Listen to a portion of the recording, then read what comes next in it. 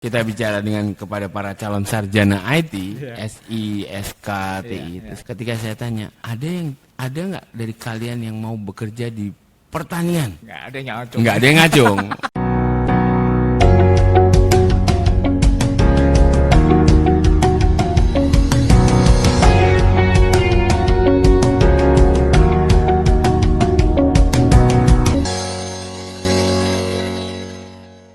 Ketemu lagi dengan Dr. NH di Welcome Back bersama orang-orang baik. Jangan lupa di NH Podcast. Baiklah, kali ini luar biasa, podcast yang istimewa. Ya, kita podcast di IKN. Luar biasa. Dan bincang singkat pada kali ini kita akan bertemu ya dan diskusi dengan beliau yang luar biasa terkenal sejak zaman dulu di Linux-nya. Masih kalau bilang Linux tahu teman-teman semua. Ya, tidak lain adalah Bapak Dr. Made Wiryana Imade. Oke, terima kasih. Ketemu lagi Pak Made. Mantap. Jadi saya tuh banyak bincang, banyak diskusi waktu saya kuliah S2 dulu ya Pak Made ya. Dan waktu masih muda ya? Masih muda. Pokoknya muda terus. Muda terus. Ya. Muda itu semangat. Bukan angka. Semangat. Ya, jadi waktu beliau S3, waktu itu saya S2 ya, Prof. Ya. Jadi terkait dengan banyak hal, terkait dengan perkembangan IT di Indonesia ya, dan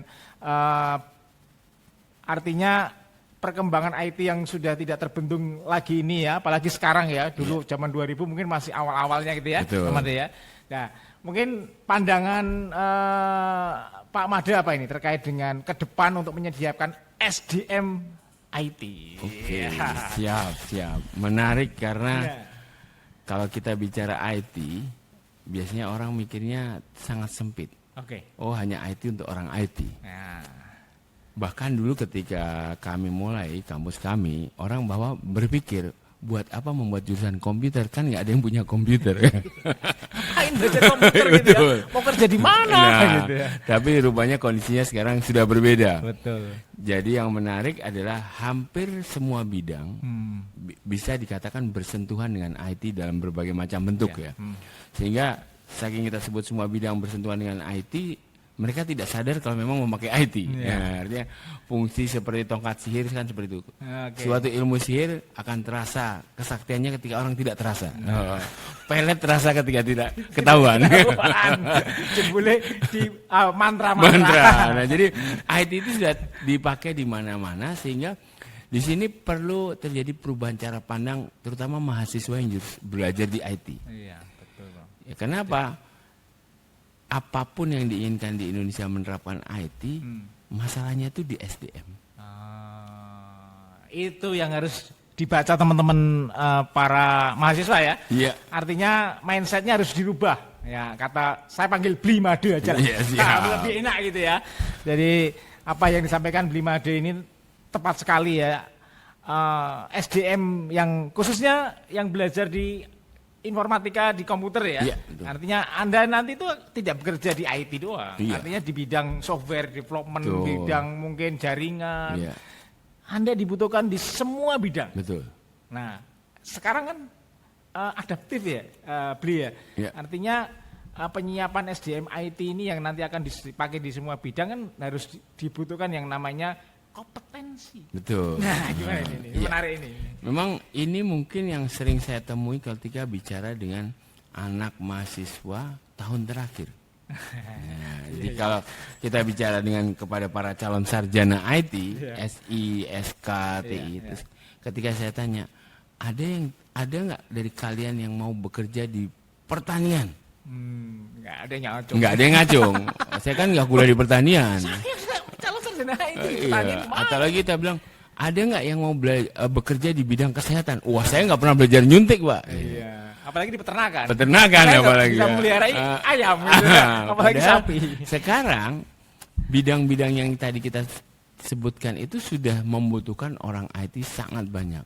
Perkebunan dengan memakai IoT, memakai drone itu sangat membutuhkan orang. Belum memakai software-softwarenya, kesehatan apalagi ada peraturan Menteri Kesehatan yang tanda petik setiap puskesmas diharapkan ada satu orang IT-nya 10.000 sudah, rumah sakit 5.000. Ya. Nah, jadi puskesmas, jadi banyak sekali orang yang menguasai IT atau berkompetensi bidang IT pada level tertentu sekarang terbuka kesempatan kerjanya. Nanti akan ditempatkan di pos-pos itu ya. Iya. Artinya regulasi pemerintah juga harus ada. Betul. Mewajibkan di semua pos instansi tadi harus ada orang IT-nya gitu ya, Pak? Kalau sekarang bukan saja karena kewajiban, Iya. tapi mereka sudah merasakan. Betul. Nah, jadi tinggal ya kalau pemerintahan kan sudah merasakan kalau tidak ada payung hukumnya mereka sulit mencari orang. Nah sekarang di satu sisi sudah merasakan, di sisi lain sudah ada payung hukum. Iya. Nah ketika merasakan yang jadi masalah mencari orang, karena orang-orang IT mikirnya nggak kerja di bidang itu, maunya kerjanya di bidang Tadi IT juga. Jadi sempit pikirannya. Betul. Ya. Padahal kebutuhan entah government kan pentahilik ya, government, industri, akademisi, media dan komunitas itu sebuah lingkaran ya, yang ekosistemnya tidak lepas dari IT gitu. Nah, jadi harapannya kompetensi istilahnya kalau di kampus beli ya SKPI ya, surat keterangan pendamping ijazah. Nah, itu kan diwajib ya, Bro? Iya. Nah, jadi karena memang ketika kita lulus kita harus memiliki kompetensi. Ya tadi ya. Kompetensi itu ada 3. Oke. Makanya terdiri dari 3 komponen. Ya. Yang satu itu pengetahuan. Ya, kita belajar kurikulum, matematika, itu pengetahuan lah. Yeah. Kedua kita perlu skill, keterampilan. Ketiga kita punya sikap kerja atau attitude. Nah, seseorang yang disebut kompeten ya dia harus punya sikap kerja yang baik. Jadi nggak ada dia jago tapi kerjanya nggak benar, itu belum kompeten. Iya. Jadi kan banyak tuh anak-anak jago merasa ya. Gitu. Baru merasa belum kompeten. Nah. Karena kompeten itu harus digambarkan dengan memiliki sikap kerja yang baik. Oke. Nah, itu yang harus dikejar oleh para mahasiswa sekarang. Ketika dia lulus dia harus kompeten, tidak hanya dia memiliki pengetahuan saja. Artinya itu ditunjukkan dong. Ya. Kalau memang Anda bilang jago database, jago network, ya mana sertifikat kompetensinya? Ya betul. Jadi harus tunjukkan dia punya skill, dia punya sikap kerja, dia punya pengetahuan. Ya. Artinya 3 kompetensi ini kan yang tentunya dibuktikan. Ya. Memang kalau pernah di negara maju sana gimana dulu? Apa adopsi dari sana? Kan di kita kan ada namanya BNSP, ada LSP gitu ya. Gimana, Bro? Jadi untuk beberapa pekerjaan kita lihat pisahkan dulu ya, pekerjaan akademik itu seperti peneliti itu beda ya. Jadi syaratnya sebagai punya karakter sebagai peneliti, dan pekerjaan yang di industri memang syaratnya adalah kompetensi, skill segala macam. Di negara maju mereka punya lembaga yang menentukan sertifikasi yang diterapkan ketika mereka bekerja di bidang itu. Jadi bahkan ekstrimnya dulu saya kuliah di Jerman, walaupun saya S3 komputer, nulis saya jago. Jauh lah, istilahnya saya jago lah komputernya tuh. Tapi untuk bekerja menjadi pemasang kabel Ethernet saya tidak boleh, karena saya tidak punya sertifikasi sebagai pemasang kabel Ethernet. Itu.